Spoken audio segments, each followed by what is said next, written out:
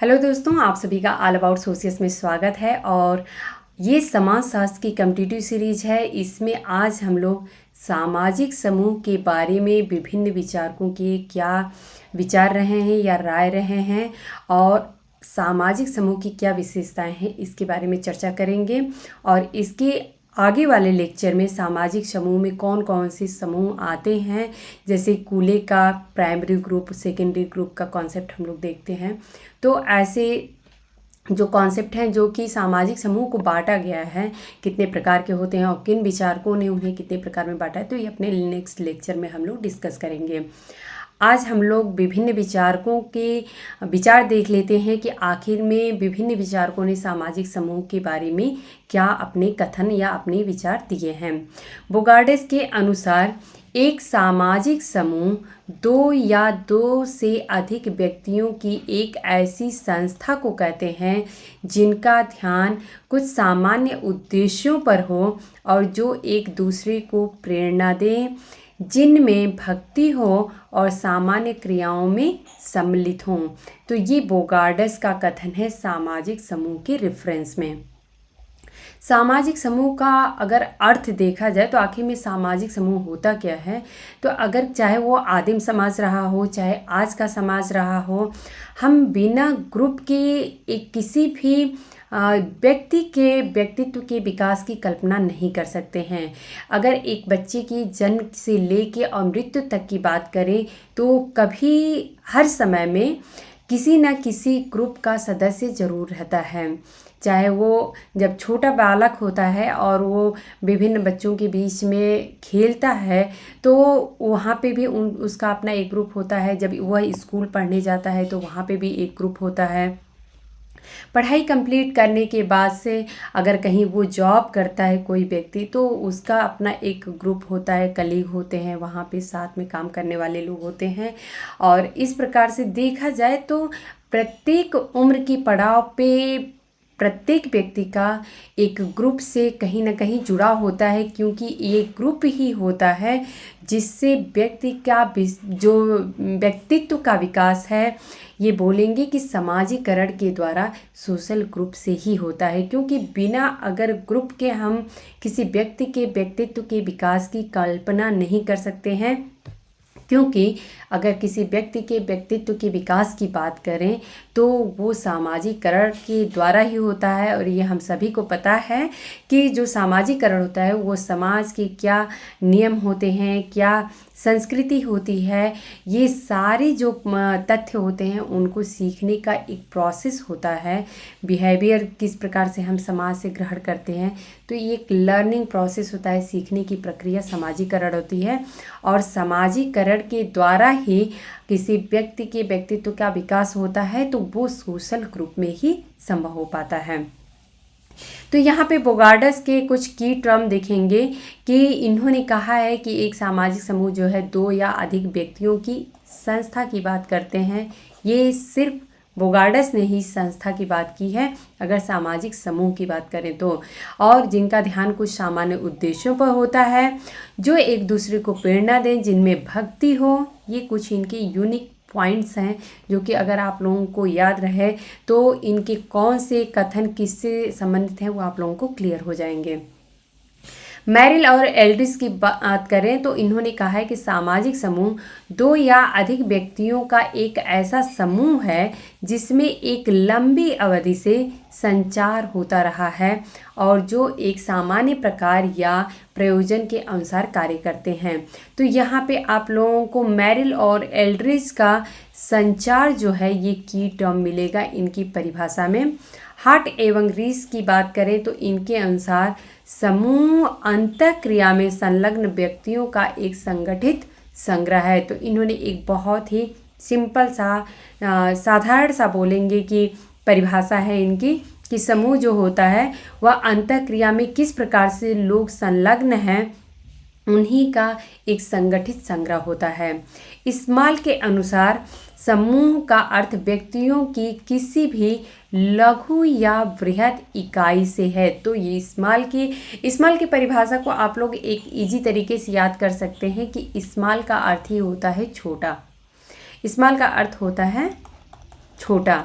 तो यहाँ पे लघु जो है ये इनका की टर्म्स हो सकता है कि इस्माल के अनुसार समूह का अर्थ व्यक्तियों के किसी भी लघु या बृहद इकाई से है और लघु का अपोजिट होता है बृहद। तो इस प्रकार से आप लोग याद रख सकते हैं इस कथन को, जिनके मध्य इस प्रकार के संबंध हों कि उन्हें एक संबद्ध इकाई के रूप में देखा जाने लगे।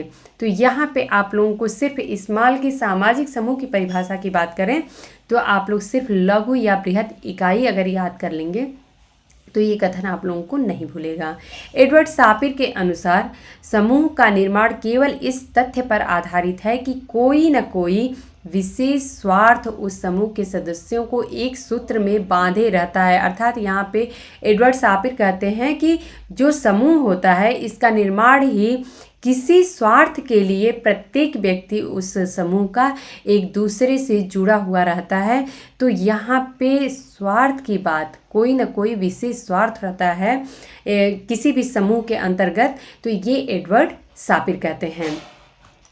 अब यहाँ पे मैकाइवर एवं पेस का कथन देख लेते हैं। इन्होंने कहा है कि समूह से हमारा तात्पर्य व्यक्तियों के किसी भी ऐसे संग्रह से है जो एक दूसरे के साथ सामाजिक संबंध स्थापित करते हैं। तो आप लोगों को ये कथन याद होगा कि समाजशास्त्र जो है वो सामाजिक संबंधों का अध्ययन करता है। तो मैकाइवर एवं पेस का कथन जो है वो सामाजिक संबंधों के ही इर्द गिर्द घूमता है। तो यहाँ पे आप लोगों को बहुत ही ईजिली समझ में आ जाएगा कि मैकाइवर एवं पेस का ये कथन है। आगबन एवं निम्काव का कथन है कि जब कभी दो या दो से अधिक व्यक्ति एक साथ मिलते हैं और एक दूसरे पर प्रभाव डालते हैं तो वे एक समूह का निर्माण करते हैं। तो यहाँ पे आगबन एवं निम्काव दो व्यक्तियों की बात हम लोग मान लेते हैं। दोनों एक दूसरे से मिलते हैं और एक दूसरे पे प्रभाव भी डालते हैं, तो इसी को इन्होंने कहा है कि समूह का निर्माण करते हैं। तो इस प्रकार से आगबन एवं निम्काव के कथन में यहाँ पे चूँकि ये लोग भी दो हैं, आगबन एवं निम्काव, और यहाँ पे कथन में भी है कि दो या दो से अधिक व्यक्ति एक साथ मिलते हैं और एक दूसरे पर प्रभाव भी डालते हैं तो वे एक समूह का निर्माण करते हैं। टीबी बॉटमोर का कथन है कि सामाजिक समूह व्यक्तियों के उस संकलन को कहते हैं जिसमें विभिन्न व्यक्तियों के बीच निश्चित संबंध होते हैं और प्रत्येक व्यक्ति समूह और उसके प्रतीकों के प्रति सचेत होता है। तो यहाँ पे टीबी बॉटमोर के कथन में प्रतीक जो है या फिर व्यक्तियों के संकलन की बात टीबी बॉटमोर कहते हैं। तो ये इनके कुछ की टर्म्स हैं। आरबी केटल का कथन है कि समूह व्यक्तियों के उस एकत्रीकरण को कहते हैं। यहाँ पे आरबी केटल जो हैं ये एकत्रीकरण की बात करते हैं और ये कहते हैं कि जिसमें प्रत्येक व्यक्ति कुछ आवश्यकताओं की पूर्ति के लिए सभी का सहयोग लेते हैं या लिया जाता है। तो समूह व्यक्तियों के उस एकत्रीकरण को कहते हैं जिसमें प्रत्येक व्यक्ति कुछ आवश्यकताओं की पूर्ति के लिए सभी का सहयोग लिया जाए। मर्टन के अनुसार अगर देखा जाए तो समूह में निम्न बातों का होना आवश्यक है। मर्टन ने कुछ बातें कही हैं जो कि समूह की विशेषताएं या कैरेक्टरिस्टिक होनी चाहिए। तो इन्होंने पहला इसका लक्षण बताया है कि दो या अधिक व्यक्तियों का होना, समूह में दो या दो से अधिक व्यक्तियों का होना आवश्यक है। दूसरा पॉइंट इन्होंने कहा है कि इनमें सामाजिक संबंध का पाया जाना बहुत ही आवश्यक है। यह संबंध व्यक्तियों में बार बार अंतःक्रिया से ही बनता है। और तीसरा पॉइंट ये कहते हैं कि व्यक्ति के किसी समूह का सदस्य माना जाने के लिए यह आवश्यक है कि वह स्वयं अपने को किसी समूह विशेष का सदस्य समझे, उसके प्रति हम की भावना रखे। यही नहीं, जिस समूह का सदस्य व्यक्ति बनता है तो उस समूह के भी जो लोग हैं वो समूह के लोग भी उस व्यक्ति को अपना समझें और हम की भावना उनके अंतर्गत पनपनी चाहिए। तो इस प्रकार से मर्टन ने ये 3 लक्षण बताए हैं कि समूह में ये तीनों बातें जो हैं होना आवश्यक है। विलियम के अनुसार देखा जाए तो एक सामाजिक समूह व्यक्तियों के उस निश्चित संग्रह को कहते हैं जो परस्पर संबंधित क्रियाएं करते हैं और जो इस अंतःक्रिया की इकाई के रूप में ही स्वयं या दूसरे के द्वारा मान्य होते हैं।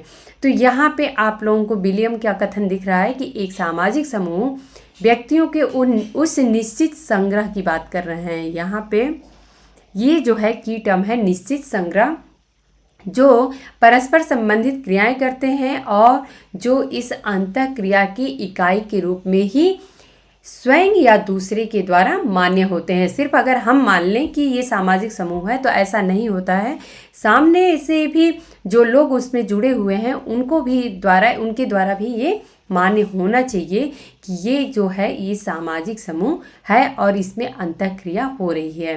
सैंडरसन के अनुसार समूह दो या दो से अधिक उन व्यक्तियों का संग्रह है जिनके मध्य मनोवैज्ञानिक अंतःक्रिया का निश्चित प्रतिमान पाया जाता है। तो यहाँ पे सैंडरसन का की टर्म मनोवैज्ञानिक अंतःक्रिया है। वे अपने एक विशिष्ट सामूहिक व्यवहार के कारण अपने सदस्यों तथा सामान्य रूप से दूसरे के द्वारा ही एक वास्तविक वस्तु माने जाते हैं। तो ये कथन जो है ये सैंडरसन का है और इनके कथन में जो की टर्म्स है वो मनोवैज्ञानिक अंतःक्रिया का यदि निश्चित प्रतिमान आप लोग सिर्फ इतना याद कर लेंगे सैंडरसन का कथन कंप्लीट होता है। अब यहाँ पे हम लोग कुछ विशेषताएं देख लेते हैं कि सामाजिक समूह की विशेषताएं क्या क्या होती हैं। तो सबसे पहली जो विशेषता है, इसके बिना समूह की कल्पना ही नहीं कर सकते हैं, तो ये होता है कि व्यक्तियों का ये समूह होता है। कार्य का विभाजन पाया जाता है, इसमें सामान्य रुचि होती है। सामाजिक समूह अगर कोई सोशल ग्रुप एक बना हुआ है तो इसमें सभी की जो इंटरेस्ट है वो सबकी एक जैसी ही होगी। समूह में एकता की भावना पाई जाती है। इसमें जो भी सदस्य हैं, जितने भी अगर मान लेते हैं जितने भी सदस्य हैं उन सब में एक जैसी भावना पाई जाएगी। तो वो वी फीलिंग वाली बात कहेंगे कि समूह में एकता की भावना भी पाई जाती है। अच्छा, इसमें ऐच्छिक सदस्यता होती है। यहाँ पे अगर समुदाय की बात करें, आप लोगों को अगर कम्युनिटी समुदाय अगर याद हो तो समुदाय की जो कैरेक्टरिस्टिक होती है उसकी सदस्यता ऐच्छिक नहीं होती है बल्कि वो मैंडेटरी होती है। अर्थात हम उस किसी समुदाय के अगर सदस्य हैं तो हैं, ऐसा हम नहीं कह सकते हैं कि हम उस समुदाय के सदस्य नहीं रहेंगे। तो इस प्रकार से ये जो एक डिफरेंस देखने को आप लोगों को मिल रहा है कि सोशल ग्रुप में सदस्यता जो होती है वो ऐच्छिक होती है, जबकि समुदाय में जो सदस्यता होती है वो अनिवार्य होती है। तो ये आप लोगों को एक बेसिक डिफरेंस यहाँ पे क्लियर हो रहा होगा। इसमें स्तरीकरण भी पाया जाता है, सामूहिक आदर्श पाया जाता है, अर्थात एक सामूहिकता के साथ किसी आदर्श का हमें देखने को मिलता है। इसमें अस्थायित्व पाया जाता है, इसमें समझौता भी पाया जाता है, इसका एक अपना ढांचा होता है। तो सोशल ग्रुप का अपना एक ढांचा होता है। 11वां पॉइंट है कि इसमें सामाजिक संबंध पाए जाते हैं। 12वां पॉइंट है कि इसमें जागरूकता पाई जाती है, अर्थात प्रत्येक व्यक्ति जो उस समूह का होता है वो एक दूसरे के प्रति जागरूक होता है। और इसमें आदान प्रदान पाया जाता है, अर्थात अगर हम कोई सेवा किसी को दे रहे हैं तो सामने वाला भी किसी न किसी रूप में हमें वो सेवा प्रदान करता है। तो इस प्रकार से आदान प्रदान की क्रिया है या प्रक्रिया हमें देखने को मिलती है। तो दोस्तों, ये आज सामाजिक समूह से संबंधित जो विभिन्न विचारक हैं उनके कथन और सामाजिक समूह की विशेषताएं थी। और इसी कड़ी में हम लोग सामाजिक समूह के प्रकार कौन कौन से हैं, विभिन्न विचारकों ने कौन कौन से प्रकार बताए हैं, इसके बारे में हम लोग अपने नेक्स्ट लेक्चर में डिस्कस करेंगे। तो उम्मीद है कि आप लोगों को आज का जो टॉपिक था वो अच्छे से क्लियर हो गया होगा। और अगर आप लोगों को मेरा लेक्चर पसंद आता है तो आप लोग लाइक करिए, कमेंट करके हमें बताया करिए, अपने दोस्तों में शेयर करिए। धन्यवाद।